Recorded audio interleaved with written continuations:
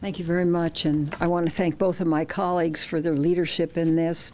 And I just want to fill you in on what my role was. On January the 6th, 2007, I received a very disturbing phone call from an anonymous individual who indicated to me that a significant number of United States attorneys had been fired, forced to quit, not for any misconduct, but for improper political reasons. This caller specifically mentioned that on December the 7th, a call was made to 6 U.S. attorneys, essentially firing them. In addition, I was told this plan included an effort to circumvent congressional oversight. I then wrote legislation and went to the Senate floor on January 16, 2007. I informed the Senate of what I had learned. Within hours, the Attorney General called me. He berated me and told me that I was out of line and misinformed. That sort of got me started. Now, this was just the beginning of a series of misleading statements from the highest levels of the Bush administration, to me, to Congress, and to the American people. It sparked a major congressional investigation, which showed that at least 9 United States attorneys were fired for improper political reasons. Some because they had failed to prosecute certain cases, voter fraud, for example.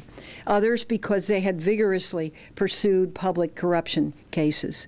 But this was much more than a personnel matter. It was a scheme hatched in the White House several years earlier. It included slipping in new authority for the Attorney General to avoid Senate confirmation in the Patriot Act reauthorization. Let me read from page 16 of the report, and I quote, "The process to remove the United States attorneys originated after President Bush's re-election in 2004. It was implemented by political end of quote. It was implemented by political appointees at the Department of Justice to move out U.S. attorneys who were deemed disloyal. After dozens of hearings and depositions of senior officials, many of the facts came to light. The result: 8 senior staff at the Department of Justice gone. The Attorney General resigned. And the Department of Justice, which had had a sterling reputation as a defender of our rights, had lost its credibility. But unfortunately, many questions still remain, including what was the role of the White House staff? If Kyle Sampson was an aggregator, who was calling the shots? What definitively were the reasons these U.S. attorneys were selected for firing? The Inspector General report released today confirms our worst fears and makes it clear that this was a scandal that went to the highest levels of the Department of Justice, and that the role of the White House was in fact prominent. Congress has passed legislation which restores the independence of U.S. attorneys, but more action is needed. So today, based on the conclusions of the report, I join with my colleagues in calling for a special prosecutor, and am very pleased that apparently the Attorney General concurs.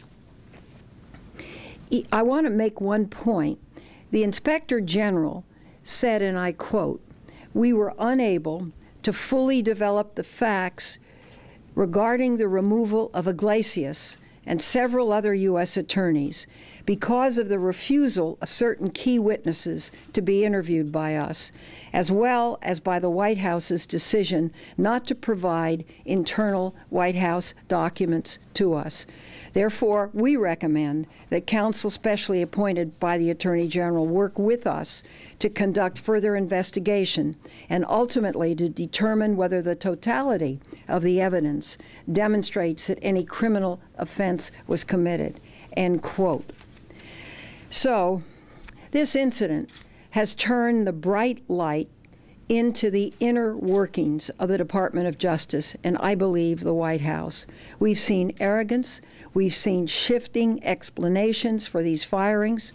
from performance-related reasons. We all remember a classified session where Deputy Attorney General came in and went over supposed performance-related reasons, to loss of confidence, which was the next one when the performance didn't hold up because we all had the performance ratings.